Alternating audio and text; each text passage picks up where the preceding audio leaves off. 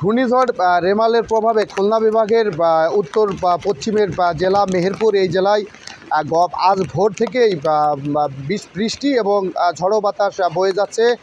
বিশেষ করে ভোর 4টের দিকে শুরু হওয়া বাতাস তার আগেও শুরু হয়েছে, তবে ভোর 4টার দিকে শুরু হয়েছে বৃষ্টি। এই বৃষ্টি কখনো মাঝারি বর্ষণ, কখনো ভারী বর্ষণ, আবার কখনো থেমে থেমে বৃষ্টি, সব মিলিয়ে বলা যায় যে একটা দুর্যোগপূর্ণ আবহাওয়া বা অবস্থা, দুর্যোগপূর্ণ পরিবেশ বিরাজ করছে মেহেরপুরে।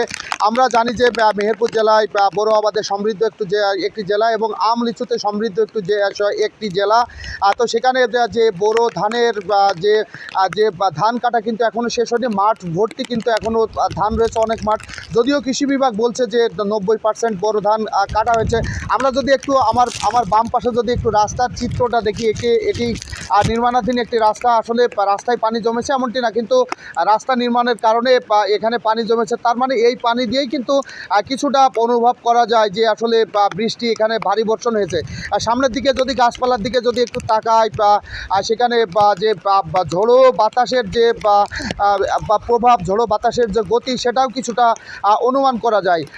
বেশ কিছুদিন থেকে মেহেরপুর জেলার উপর দিয়ে তীব্র থেকে তীব্র তাপদাহ বিরাজ করছিল। সেই কারণে মানুষের আসলে জনমনে কিন্তু মানে অস্বস্তি ছিল, ব্যবসা গরমে জনজীবন অতিষ্ঠ ছিল। তার পরপরই এই রিমেলের কারণে যে ঝড় বৃষ্টি এসেছে, তারপরে তাতে কিন্তু প্রকৃতি শীতল হয়েছে। তবে এখন কিন্তু সেই শীতল অবস্থা নাই, এখন কিন্তু এটা দুর্যোগ অবস্থার মধ্যে। আমরা একটু এই দুর্যোগের মধ্যে একটু মানুষের সাথে কথা বলি। বাজারে আসলে মানুষ শূন্য, রাস্তাঘাট মানুষ শূন্য, তারপরে দোকানপাট, অফিস আদালত, কোথাও আসলে তেমন কোনো মানুষ নাই।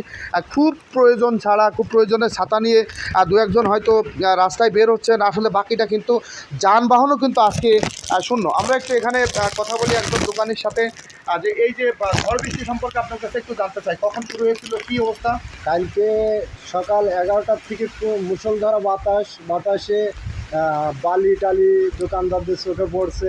তারপর রাত 3টার থেকে ঝড় আর বৃষ্টি, প্রচণ্ড পরিমাণ ঝড় বৃষ্টি। মাঠের ধান বিচলি যারা কাটি রাখছে সব ভিজে, উপর দিয়ে পানি চলে যাচ্ছে। আমাদের গাংনি বাজারের রাস্তাঘাট ভাঙি, পানি বাইদি, আমাদের দোকান পাশার মানুষজন নেই, ব্যবসা বাণিজ্য নেই। আমরা এসে নক করে বসে আছি, কোনো বিদ্যুৎ নেই। বিদ্যুৎ কালকের থেকে নেই, বিদ্যুতের কোনো আলামত নেই। এখন আমরা মোবাইল চালাতে পারছি না, কোনো যোগাযোগের কোনো ব্যবস্থা নেই। হ্যাঁ, ধন্যবাদ আপনাকে। আমরা জানি যে গতকালকে রাত থেকে কিন্তু রাত 11:30টার পর থেকেই বিদ্যুৎবিহীন অবস্থা হয়ে গেছে মেহেরপুর জেলা। আর তারপরে তো রাতে ঝড় বৃষ্টি শুরু হয়েছে, এরপরে কিন্তু আর বিদ্যুৎ আসেনি এবং একই সাথে বিচ্ছিন্ন রয়েছে ইন্টারনেট সংযোগ। আর সব মিলিয়ে মানুষ বলছেন যে একটা দুর্যোগপূর্ণ আবহাওয়া পরিস্থিতি বিরাজ করছে। আরেকজন আছেন এখানে, তিনি হয়তো জরুরি প্রয়োজনে ঘর থেকে বের হয়েছেন। আপনার কাছে একটু জানতে চাই, ঘর থেকে বের হয়েছেন কেন? আমরা ঘর থেকে বার হয়েছি, আমাদের দোকান পাশাও আছে, আমাদের তো দোকান খোলাই লাগবে। আমরা যেহেতু আমরা কর্ম করে খাই, কর্ম করতে হলে অবশ্যই দোকান পাশা খুলতে হবে। কিন্তু আমরা দোকানে আসছি, এতে দেখি কোনো লোকজন নাই। রাস্তাঘাটের অবস্থা অনেক বাজে একটা অবস্থা। এই কানাচে কোনাচে মনে করেন নদীতে মনে করেন পানিতে সব কিছু হয়ে গেছে, ডুবে যাওয়ার পরেও মনে করেন কোনো লোকজন আমরা দেখতে পাই না রাস্তাঘাটে। আমরা সকালবেলায় আসছি, দোকান পাশার খুলছি, দোকান পাশার খোলার পরে দেখি কোনো লোকজন নাই, বেশি কেনা নাই। ধন্যবাদ আপনাকে।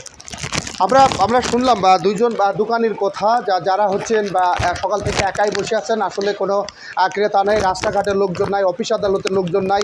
একটানা ভোর 4টা থেকে একটানা বৃষ্টি এবং ঝড়ের কবলে মেহেরপুর জেলায়, যদিও উপকূলের মতো লণ্ডভণ্ড না, তবে একটা দুর্যোগপূর্ণ অবস্থা, আবহাওয়া বিরাজ করছে। অনেক জায়গায় আমরা ছোটোখাটো গাছপালার ডালপালা ভাঙার খবর পেয়েছি এবং মাঠে যে বোরো ধান যেখানে ছিল, সেখানে বোরো ধান অনেক মাঠেই পানির নিচে চলে গেছে। এছাড়াও আম লিচু বা অন্যান্য যে ফল আছে, সেগুলো নিয়েও কিন্তু একটা বিপর্যয়কর পরিস্থিতি দেখা দিয়েছে এবারের ঝড়ে। একই সাথে বিদ্যুৎ নাই, ইন্টারনেট সংযোগ নাই। সব মিলিয়ে বলা যেতে পারে যে একটা দুর্যোগপূর্ণ অবস্থার মধ্য দিয়ে মেহেরপুর জেলার মানুষ সময় পার করছে।